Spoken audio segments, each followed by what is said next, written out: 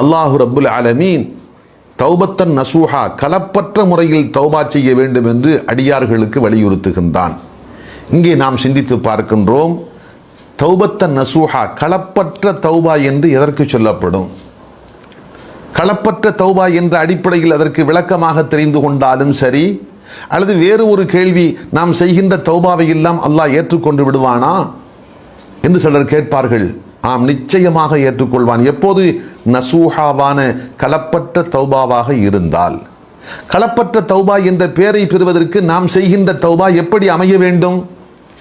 அறிஞர் பெருமக்கள் நமக்கு சொல்லித் தருகின்றார்கள், யாருடைய தௌபாவில் 3 அங்கங்கள் 3 அம்சங்கள் நிறைவாக இருக்கின்றனவோ கண்டிப்பாக அவருடைய தௌபா தௌபத்தன் நசூஹா அல்லாஹ்வால் மறுப்பில்லாமல் ஏற்றுக்கொள்ளப்படும், அவருடைய பாவங்கள் மன்னிக்கப்படும். ஆம், அந்த 3 அம்சங்கள் எவை? 3 காலங்களோடு சம்பந்தப்பட்டவை. மனிதனுடைய வாழ்க்கையில் கடந்த காலம், நிகழ்காலம், எதிர்காலம் என்று 3 காலங்கள், இந்த 3 காலங்களோடும் தௌபாவினுடைய அங்கங்கள் சம்பந்தப்படுகிறது. முதல் அங்கம் கடந்த காலம்.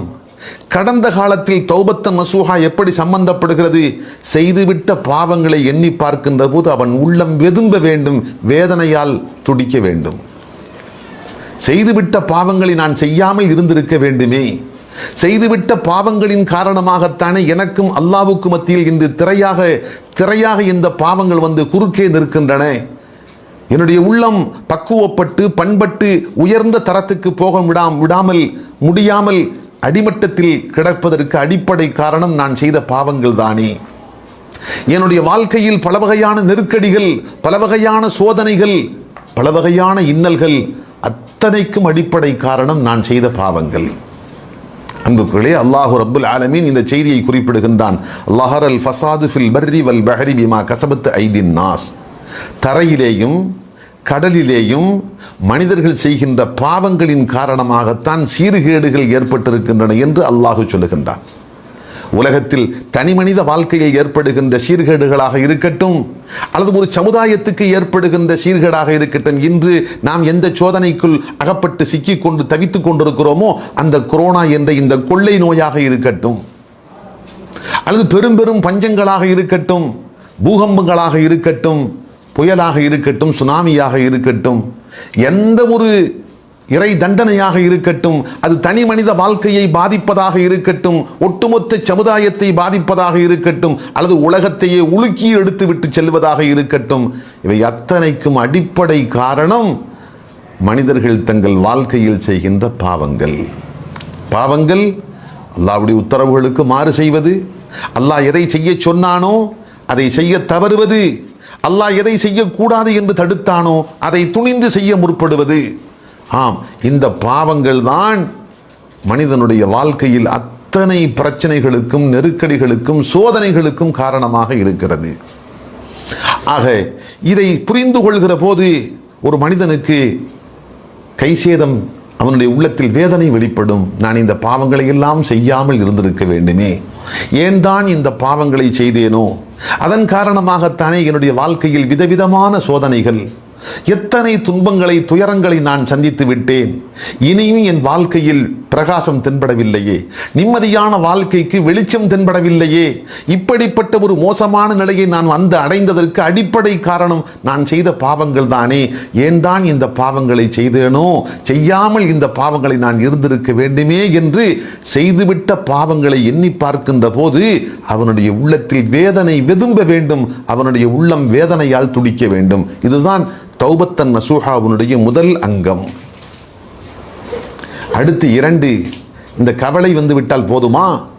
அல்லாஹுவின் தூதர் ஸல்லல்லாஹு அலைஹி வஸல்லம் சொன்னார்கள், அந்நதாமத்து தௌபத்துன், கைசேதம் அதுதான் தௌபா. கைசேதம் வர வேண்டும், கவலை வர வேண்டும். சரி, இது மட்டும் வந்து விட்டால் போதுமா? போதாது. அடுத்து 2வது அங்கம், அது என்ன? உடனடியாக அந்த பாவத்தை நிறுத்த வேண்டும், அந்த பாவத்தில் இருந்து விடுபட வேண்டும், அந்த பாவத்தில் இருந்து அவன் ஒதுங்கி விட வேண்டும். தௌபா செய்கின்றான் ஒரு மனிதன், குடிக்கின்ற பழக்கத்தை கொண்ட ஒருவன் தௌபா செய்கின்றான்.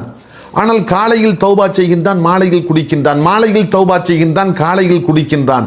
இது எப்படி தௌபாவாக ஆக முடியும்? காக்கை தௌபா என்பார்கள். அசுத்தத்தை உண்டுவிட்ட காக்கை தன்னுடைய அழகை திரும்ப திரும்ப மண்ணிலே போட்டு உரசி எடுக்கும். அடுத்து மறுபடியும் அதே நஜீஸிலே தான் வாயை வைக்கும். இப்படிப்பட்ட தௌபா, காலையிலே தௌபா செய்வது, மாலையிலே மீண்டும் அந்த குற்றத்தை புரிவது, இதற்கு பேர் தௌபா இல்லை. தௌபா என்று சொன்னால் உடனடியாக அந்த பாவத்தோடு தனக்கு இருக்கக்கூடிய தொடர்பை துண்டித்துக் கொள்ள வேண்டும், அதில் இருந்து தன்னை விடுவித்துக் கொள்ள வேண்டும். இது தௌபாவுடைய இரண்டாவது அங்கம். தௌபத்தன் நசூஹா என்ற பெயரை பெறுவதற்கு இரண்டாவது அங்கம். அடுத்து மூன்றாவது, இது இந்த தன்னை இந்த பாவத்தில் இருந்து விடுவித்துக் கொள்ளுதல் என்பது நிகழ்காலத்தோடு சம்பந்தப்பட்டது. கவலை என்பது கடந்த காலத்தோடு சம்பந்தப்பட்டது என்றால், பாவத்தில் இருந்து உடனடியாக தன்னை விடுவித்துக் கொள்வது, பாவத்தினுடைய தொடர்பை துண்டித்துக் கொள்வது என்பது நிகழ்காலத்தோடு சம்பந்தப்பட்டது. அடுத்து மூன்றாவது அங்கம் எதிர்காலத்தோடு சம்பந்தப்பட்டது. எந்த பாவத்துக்காக உள்ளம் வெதும்பி எந்த பாவத்தின் தொடர்பை துண்டித்துக் கொண்டு அல்லாஹ்விடத்தில் தௌபா செய்கின்றானோ, இனி இந்த பாவத்தை என் கடைசி மூச்சு வரைக்கும், என் வாழ்நாள் உள்ளளவும் இனி இந்த பாவத்தை ஒருபோதும் நான் செய்ய மாட்டேன் என்று வைரம் பூண்ட உறுதி எடுக்க வேண்டும், சத்திய பிரமாணம் எடுக்க வேண்டும். யா அல்லாஹ், இனி என் வாழ்நாளில் நான் இந்த பாவத்தை, இனி இந்த பாவங்களை ஒருபோதும் செய்ய மாட்டேன் என்று உறுதி எடுக்க வேண்டும். அப்படி உறுதி எடுத்து விட்டான் என்று சொன்னால் அல்ஹம்துலில்லாஹ், ஒப்புக்கொள்ளப்படுகின்ற தௌபத்தன் நசூஹாவுடைய மூன்றாவது அங்கமும் வந்துவிட்டது. ஆனால் ஒரு மனிதன் கவலைப்படுகின்றான், உடனடியாக பாவத்தோடு உள்ள தொடர்பை துண்டித்துக் கொண்டான். எதிர்காலத்தில் பாவம் செய்ய மாட்டேன் என்று அவன் சொல்லுவதில் அவ்வளவு தூய்மையாக அவன் இல்லை. அவனுடைய உள்ளத்தின் ஒரு ஓரத்தில் ஒரு சிறு நப்பாசை இருக்கிறது. எப்படி?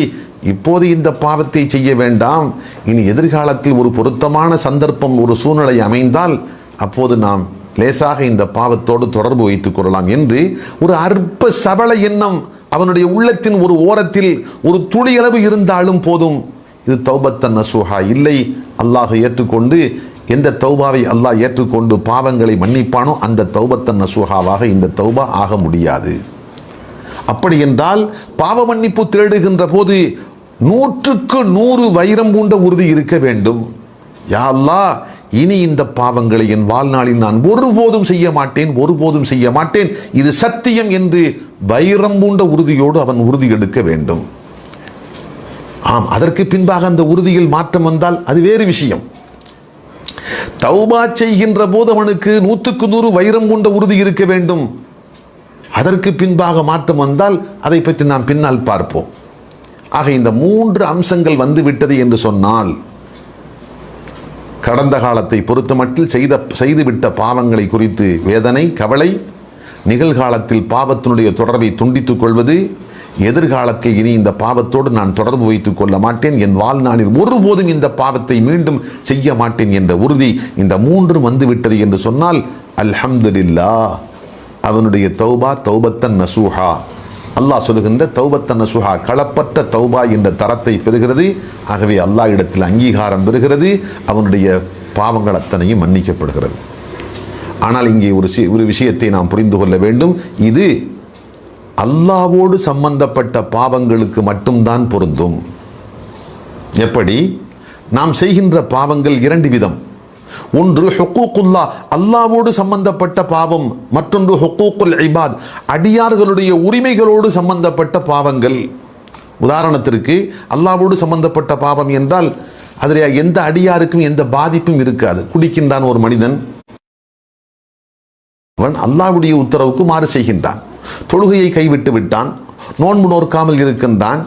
இது போன்று அவனுக்கும் அல்லாஹ்வுக்கும் இடையில் இருக்கின்ற காரியங்களை கைவிடுகின்றான் அல்லது தடுத்த ஒரு காரியத்தை மீறி செய்கின்றான் என்று சொன்னால் இந்த பாவங்களுக்கு இந்த 3 அம்சங்களே போதும். அதே சமயத்தில் மார்க்கத்தில் அல்லாஹ்வுக்கும் அடியானுக்கும் சம்பந்தப்பட்ட பாவங்களில் சில பாவங்களுக்கு கலா இருக்கும். உதாரணமாக நோன்பை சில வருடங்கள் நோன்பை நோற்காமல் விட்டு விட்டான் என்று வைத்துக் கொள்வோம். அங்கே மார்க்கம் தௌபா செய்கின்ற போது விட்ட நோன்புகளை கலா செய்ய வேண்டும் என்றும் குறிப்பிடுகிறது. அதே போன்று ஜக்காத்தை கொடுக்காமல் நிறுத்தி வைத்திருந்தான், மார்க்கம் சொல்கிறது விடுபட்டு போன அந்த ஜக்காத்துகளை கணக்கு பார்த்து கொடுக்க வேண்டும், கலா செய்ய வேண்டும். இது கலா எவற்றில் இருக்கிறதோ அவற்றில் கலாவும் செய்ய வேண்டும். சில போது கலா இருக்க மாட்டாது, கஃபாரா என்ற குற்றப்பரிகாரம் செய்ய வேண்டும் என்று மார்க்கம் சொல்லும். ஒரு தவறு செய்து விட்டார், அந்த தவறுக்கு உதாரணமாக சத்தியம் செய்தார், செய்த சத்தியத்தை பாதுகாக்க வேண்டும். ஆனால் சத்தியம் செய்துவிட்டு அதை துச்சமாக அற்பமாக கருதி முறித்து விட்டு செய்த சத்தியத்துக்கு மாற்றமாக நடந்து கொண்டிருக்கிறார் என்றால் இப்போது தௌபா செய்கின்றார். இப்போது மார்க்கம் சொல்கிறது, நீ செய்த சத்தியத்தை முறித்ததற்காக வேண்டி கஃபாரா குற்றப்பரிகாரம் செய். 10 ஏழைகளுக்கு உணவு கொடு, அல்லது 10 ஏழைகளுக்கு உடை வழங்குவாயாக. அதுவும் முடியாவிட்டால் ஒரு அடிமையை உரிமை விடு. இந்த 3இல் எதுவுமே உன்னால் முடியாவிட்டால் 3 நாட்களுக்கு நோன்பு நோய், 3 நோன்புகளை நீ நோற்றுக்கொள் என்று மார்க்கம் சொல்கிறது. ஆக இப்படி கலா இருந்தால் கலா செய்ய வேண்டும், கலா இல்லை அதற்கு கஃபாரா என்ற குற்றப்பரிகாரம் உண்டு என்று சொன்னால் கண்டிப்பாக குற்றப்பரிகாரத்தை நிறைவேற்ற வேண்டும். அப்போதுதான் அந்த தௌபா முழுமையான தௌபாவாக ஆகிறது. இது எப்போது? அல்லாவுக்கும் அடியானுக்கும் இடைப்பட்ட பாவங்களை செய்துவிட்டு தௌபா செய்கின்ற போது. ஆனால் இரண்டாவது வகை இருக்கிறது, மனிதனோடு சம்பந்தப்பட்ட பாவம்.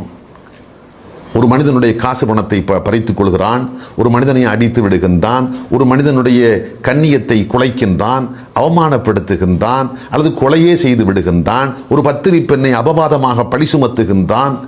இப்படி எத்தனையோ அடியார்களோடு சம்பந்தப்பட்ட பாவங்கள் இருக்கின்றன. இப்படி அவன் செய்கின்ற தௌபா சக மனிதனுக்கு செய்துவிட்ட அந்த தீமைகளில் இருந்து அவன் தௌபா செய்வதாக இருந்தால் மார்க்கம் இங்கே வேறு சில விஷயங்களை மேலதிகமாக கடைபிடிக்க வேண்டும் என்று வலியுறுத்துகிறது.